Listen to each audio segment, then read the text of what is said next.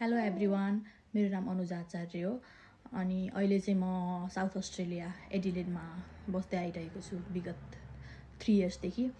अनि करेन्टली चाहिँ मैले मेरो इनलजको भिजा एप्लाई गरेको थिएँ अक्टोबरमा। अनि सम डकुमेन्टहरू मिसिङ भएको कारणले गर्दाखेरि चाहिँ उहाँहरूको भिजा रिजेक्टेड भयो। अनि म चाहिँ जस एकदम स्ट्रेसमा थिएँ, किनभने उहाँहरूलाई चाहिँ डिसेम्बरमा बोलाउनै पर्ने थियो मैले।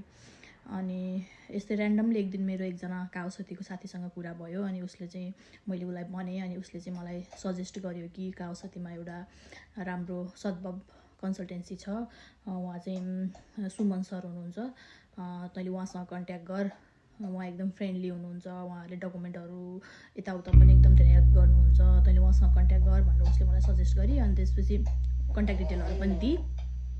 अनि मैले उहाँलाई कन्ट्याक्ट गरेँ अनि मैले भने यस्तो यस्तो भयो, मेरो इनलजको भिजा रिजेक्ट भयो भनेको। अनि उहाँले केही प्रब्लम छैन, नपुगेको डकुमेन्टहरू सबै हामी हेल्प गर्छौँ, हामी फेरि मैले मागेको डकुमेन्टहरू दिनु विदिन 1 विक फेरि लन्च गरौँला, सबै ठिक छ, केही प्रब्लम छैन, मिल्छ भनेर भन्नुभयो। अनि त्यसपछि सबै डकुमेन्टहरूमा सबै उहाँले नै, उहाँ र उहाँको मिसेसले हेल्प गर्नुभयो।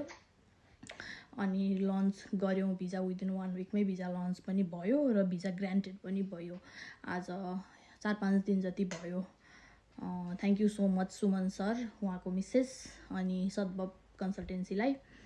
अब हजुरहरूलाई पनि कसैलाई एकदम राम्रो कन्सल्टेन्सी खोजिरहनु भएको छ बाहिर अब्रोड एप्लाईको लागि भने सद्भव कन्सल्टेन्सीलाई